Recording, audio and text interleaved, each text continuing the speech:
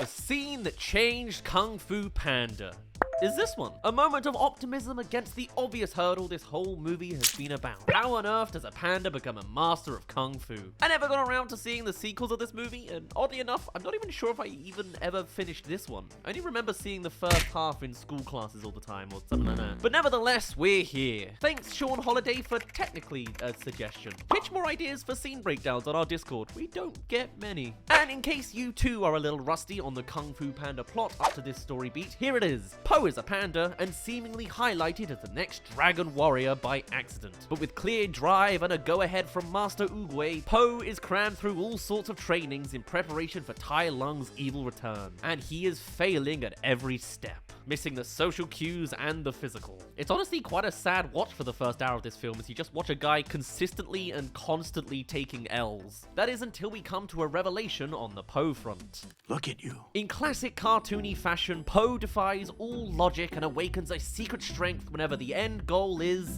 food. And when simply being told there are almond cookies on the top shelf, Po instantly reaches a state where they are 10 feet off the ground and have done a perfect split. It is a great stride in the right direction. Perfect considering Master Oogway literally just vanished into a gust of peach blossom leaves. And so with Shifu finally coming to this revelation, he beckons Po to take it further. Come with me. It's time for the training montage. First up to the highest point on this mountain away from the temple, as this is a sacred place where Kung Fu supposedly began in the first place, where Oogway first learned as well. And one bit of importance exposition with some fantastic imagery later, we come to the montage. First, it's sit-ups on a tree, shown in first person so we can see Po's drive, trying to reach a bowl of dumplings. It's simple, it's silly, it's to the point. And of course, the tree breaks in these early stages. Oh, Po's still good enough to rescue the food. Shame about himself. Moving on, we scale up to a test of defense, as Shifu won't allow Po a moment to eat with a bowl in his hands. Again, from Po's sort of perspective, as we remain fixed on him and Shifu becomes just a blur on the screen, hitting from the sides seemingly out of nowhere. But you can see it developing briefly for Po as he goes from off guard to at least getting his chopping hand up. Shame about the bowl though. And now we all get the gist, Po has to just grab a dumpling off Shifu, unsuccessfully. First up close and personal before widening out as Po goes for more expansive swinging motions in desperation. And it's a great excuse to show off that beautiful landscape. Up next is Pushups, now with a licking chance to reach the food bowl.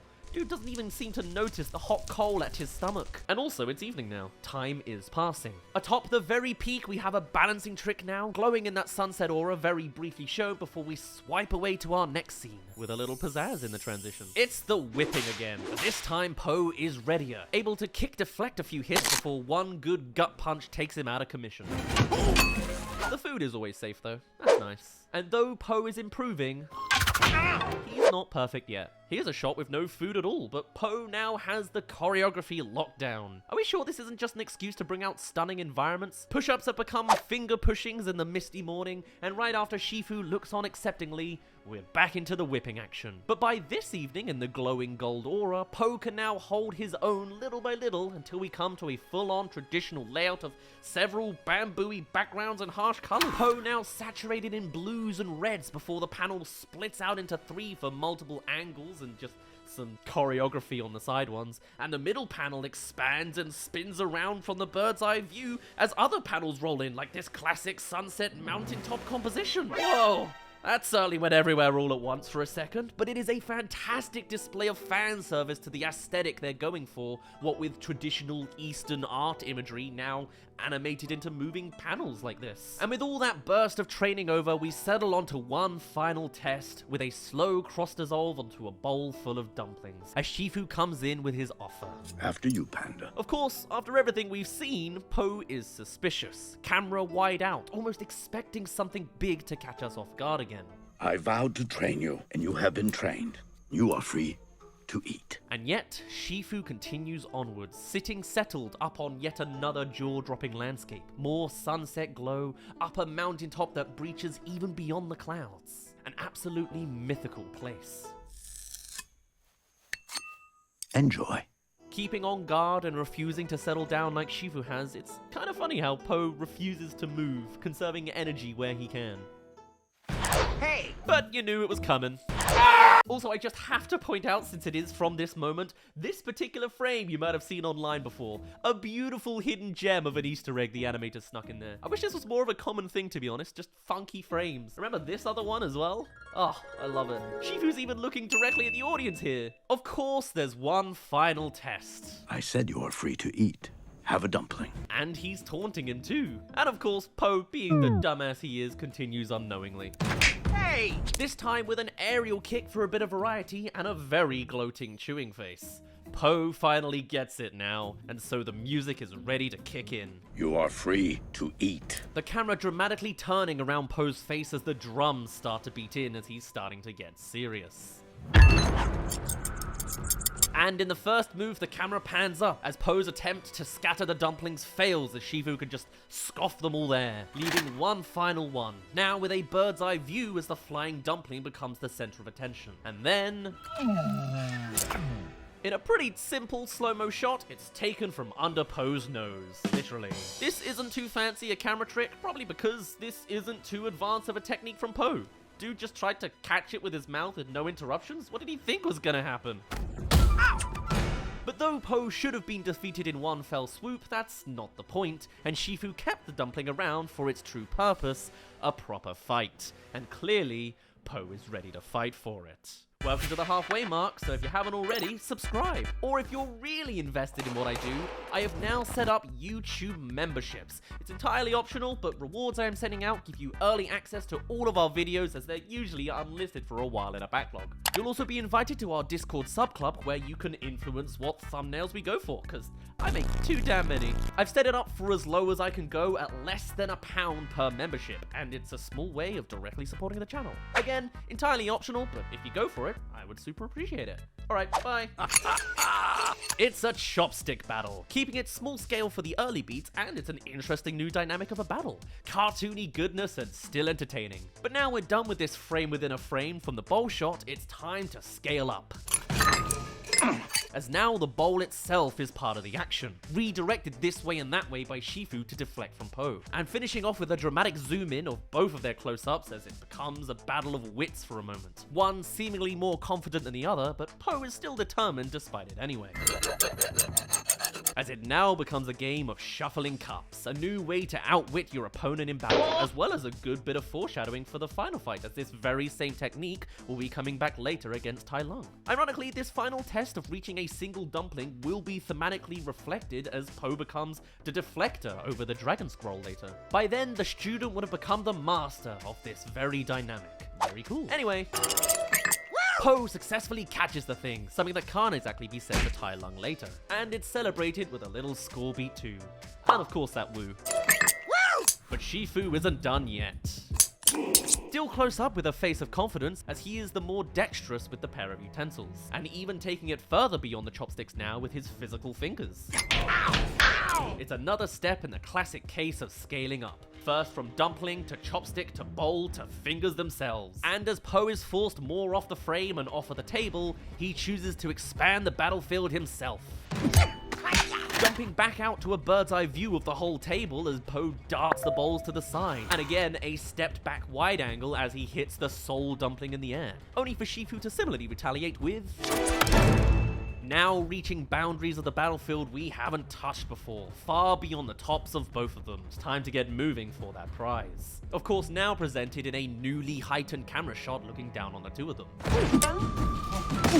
And for the first time, Shifu looks surprised at Po's spryness. Not expecting to be caught, I guess, since last time reaching such heights was so easy for the guy against Po. Or maybe it's the fact it was done with chopsticks after all that. Also, again, you gotta love some of these frames, like this one where Po looks like he's swinging Shifu at Mach 10 speeds or something. But in making sure this fight scene isn't just a good one, but a great one instead, the environment of the battle is actively moving as well, as the two look up and pause as the dumpling itself is continuing to drag along the chopstick. A time limit and quick time event prompt is brewing. After all, it'd be too boring to just have it stay stuck up that tree all the time, right? What follows now is a ground fight, as both bide their time for that inevitable drop, and of course, this is Shifu's advantage, swooping around Po with his speed to knock him on his back, though for once, Po lands it. And with this super wide shot, we see a re-attempt at this as Po continues to cling on to Shifu. This time, it actually works though. And just like that, all strategy goes out the window. Now that we're here for the QuickTime event, the camera once again goes slow-mo as Po just amateurly reaches out tongue first. But it is a nice opportunity to point out the radial blurring in this moment that centralizes around the dumpling as it's the main objective. Though the shot also keeps Po in focus, which is a neat juggling of focus on the two of them. And now we come to the interactive element of the score. Every hit is met with a beat that makes the whole thing feel so much more electric. I wish movies did this more. My only major reference for this is Pikmin, but you don't need to hear me ramble about that again. Still, of course, Po fails again here. First jabbed with a chopstick to the chin, and then the dumpling kicked far away. Again, expanding out the battlefield to evolve over time. And with a moment to think, Shifu finally opens up his real feelings of joy over these successes. And who needs chopsticks anymore? This battle has evolved beyond that. It's time for the signature staff instead. Perhaps this time with less successive hits. And so they fight alongside the hillside, now with Po deflecting each hit perfectly and juggling that dumpling occasionally too. And though it could have very easily been a series of close-ups for every successive deflect and dumpling hit, having the camera stand away and approaching this sequence as more of a one-shot very much ties into the cinematic signature of Eastern martial arts films, where the focus is often on the actor's choreography in one big take rather than the sensationalized Western approach. There is still some of that in here since there are cuts, but considering this movie is one big love letter to the martial arts genre, it would of course make sense for the camera work to have some of the same signature techniques. Very, very cool. And in one decisive move, Po steps on Shifu's staff, actively disarming his opponent and leads into the air to relocate the dumpling. A move that truly astounds Shifu with pride. And he even has that superhero landing too. You're gonna do superhero landing. Wait for it! Demonstrated with the lowest of angles onto Po's pose to highlight he has reached his maximum power in one fell swoop. And a nice little lens flare on the dumpling for extra drama. Not to mention in general, this color palette is great for having such a bright background color against our figure of black and white. Makes the whole thing very stark and nice on the eyes. And Shifu can do nothing but smile in awe of Po's massive feat. Success. And so, Po has finally earned his soul dumpling meal. Only for one last surprise as the camera looks away from Po. I'm not hungry. Not only has he evolved as a martial artist and a kung fu warrior, but as an emotionally mature person as well. Not needing to become so childish around food and knowing when to eat and when not to. And it's a new source of pride for Shifu too. And so with that final test passed and a new sense of accomplishment on both their parts, they bow as is tradition, and we cross-dissolve to our next scene, bolstered up with our new and improved protagonists. Well, I would say that if this wasn't the moment where practically everyone else gets destroyed. But that there was the scene that changed Kung Fu Panda. It is the turning point of optimism of plot that finally upgrades Po from a bumbling idiot into a Kung Fu Panda. Albeit in quite a goofy way. And the presentation of it all is just stellar. A fantastically creative battle sequence from start to finish. And the quality was so much so that it even sparked a national debate over in China about why Westerners had made a better film about Chinese culture than the Chinese themselves, which is certainly quite the accolade to take on. I just wonder if the sequels will live up to that foundation. I hear they do. I just better get around to actually watching them someday. For now though, I'll end it off here. My name's been Dazz, you didn't really care, and I'll see you in a bit.